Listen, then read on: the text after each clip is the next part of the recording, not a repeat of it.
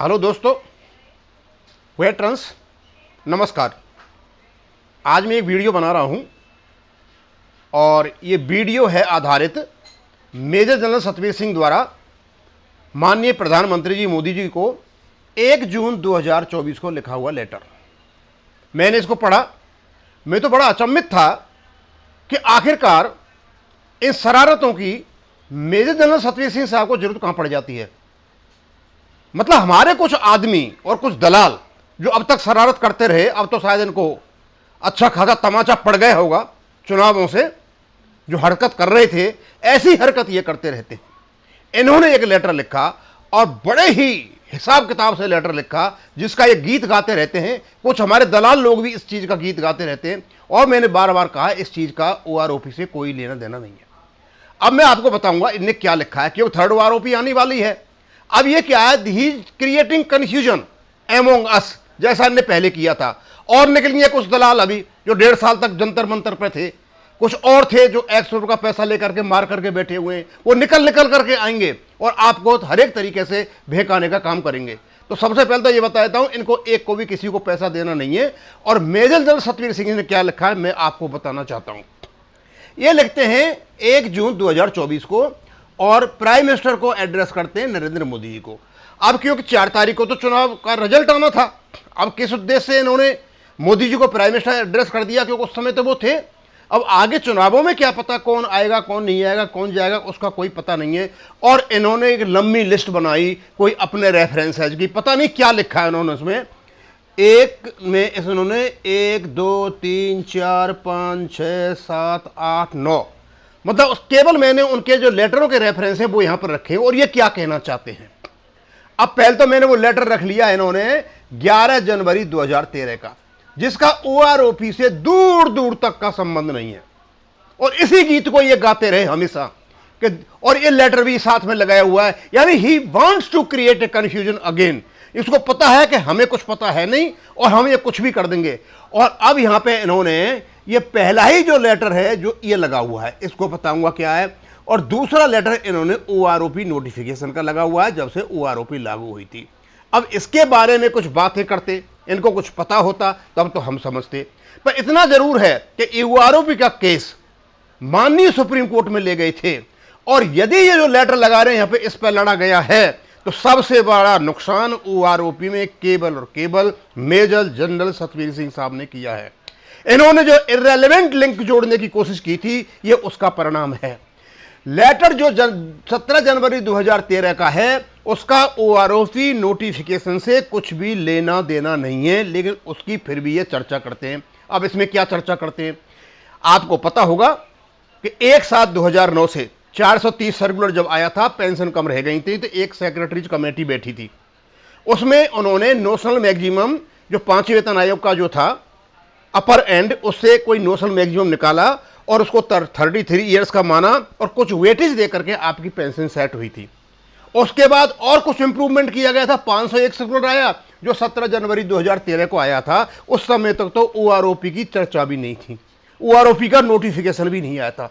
यानी 2013 के लेटर को, जो ओआरओपी लेटर आया था 2015 में, उससे रिलेट करते हुए जो कंडीशन 2013 के लेटर में 5501 में, उन कंडीशन को यहां डाल रहे हैं। अब क्या कंडीशन है उनकी, वो कहते हैं the undersigned is director refer to the ministries, letter number डाल दिया 1 जुलाई 2009 को 430 सर्कुलर आया था।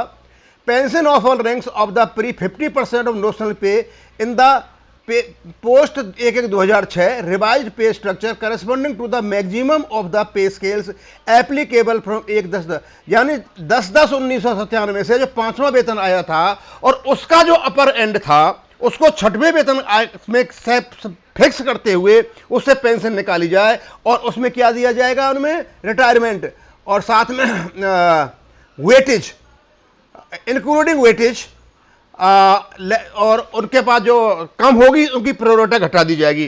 तो जनरल सतवीर सिंह साहब, आप ओआरओपी के नोटिफिकेशन में ये नोशनल मैक्सिमम ला करके क्या आप 33 वाला फॉर्मूला लगवा रहे हो क्या वेटेज देना चाह रहे हो क्या? अरे सर, ये तो देख लीजिए, एक वो लेटर अलग है, उससे इसका ओआरओपी के नोटिफिकेशन से कुछ भी लेने देना नहीं है। आपकी यदि विसंगतियां हैं तो केवल और केवल आपके 7/11/2015 के लेटर में होंगी। सर क्यों कंफ्यूज करना चाह रहे हो लोगों को? और आप जो ये लेटर को रेफरेंस दे रहे हो, भारत सरकार को रेफरेंस दे रहे हो, आप क्या दिखाना चाहते हो? जब आपको पता ही नहीं है किसी चीज का, नॉलेज ही नहीं है आपको किसी चीज का, तो आप क्यों बार बार इस चीज को दिखाना चाह रहे हो? हमें सर ये बताइए कि आप नोशनल मैक्सिमम 7वें वेतन आयोग में कहां से लोगे? क्योंकि वहां तो आपके जो क्या है पे सेल्स बने हुए हैं, वहां तो नोशनल मैक्सिमम कोई हो ही नहीं सकता। और फिर जब नोशनल मैक्सिमम का जिक्र ही नहीं है ओआरओपी नोटिफिकेशन में, जिसको माननीय सुप्रीम कोर्ट ने वैलिड माना है, आप बार बार उंगली क्यों कर रहे हो? क्या जरूरत है आपको उंगली करने की? मेरी तो समझ से बाहर है। क्योंकि जो आदमी नहीं जानते, जिनको कुछ भी पता नहीं है, वो ये फालतू बातें क्रिएट कर रहे हैं।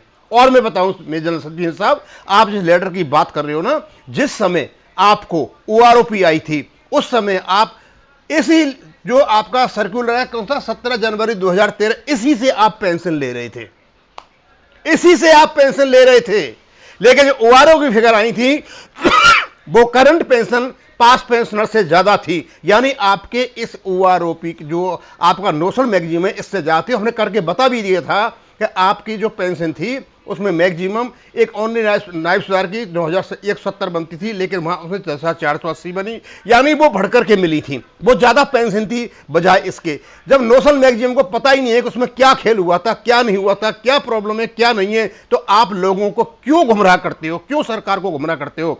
सर आप जेसीओआर को छोड़िए, आप अपना अफसरों का रखिए, जो कुछ भी है आपको पता नहीं है किसी भी चीज का, और ऐसे ही बेवकूफ निगम भरे हुए हैं जो इसको सोचेंगे साहब मेजर जनरल साहब ने लेटर लिखा है। अरे लिखा क्या है? खुद मेजर जनरल साहब को ही पता नहीं है, कोई लिख क्या रहे। इस लेटर का जो इन्होंने लगाया है, इसका ओआरओपी के नोटिफिकेशन से यानी 7/11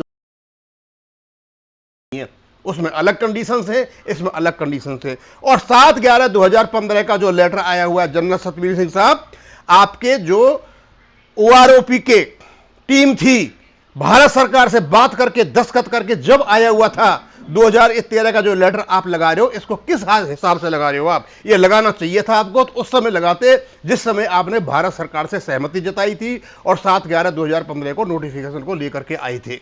लेकिन अब ये जो लगा रहे हो केवल और केवल आप कंफ्यूज करने के लिए लगा रहे हो, या आपको पता ही नहीं है क्या किया था, या मुझे ऐसा लगता है कि इसी लेटर को लेकर के आप सुप्रीम कोर्ट गए थे और आप ओआरओपी का केस हारे थे। यदि इस लेटर को लेकर के आप सुप्रीम कोर्ट गए हो तो इस लेटर का तो बहुत बहुत दूर तक नोटिफिकेशन से कोई भी संबंध नहीं है। अब मैं आपको बताना चाहता हूं कि अभी कुछ लोग आएंगे, बर्गर आएंगे, ओआरओपी 3 की बातें करेंगे, टेबल डालेंगे। ये आप समझ लीजिए कि जब तक जो केस पड़ा हुआ है एक्स 6200 का सुप्रीम कोर्ट में और एएफटी में, तब तक ओआरओपी की कोई भी टेबल भारत सरकार निकालने नहीं जा रही है।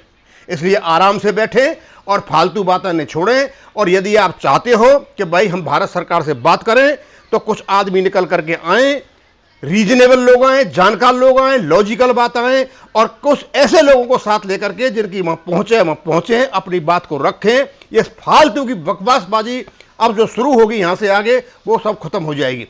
अब और यहां से आगे अब चुनाव आगे, अब इन लोगों का सारे नैरेटिव, रेवाड़ी नैरेटिव फेल।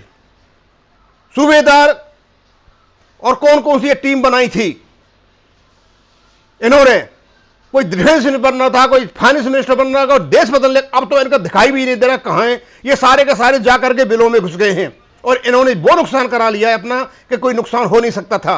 कोई नहीं पूछने वाला है, पूछा जाएगा तब पूछा जाएगा जब आपकी बातें लॉजिकल होंगी, लॉजिकल तरीके से वार्ताएं होंगी और उसके कोई निष्कर्ष निकलेंगे। इस प्रकार फालतू में हल्ला मचाने से कुछ नहीं होता, ऐसे तो करते ही रहते हैं, इससे कोई सेंस नहीं निकलता। अब मैं इसको यहीं खत्म करूंगा। थैंक यू, धन्यवाद।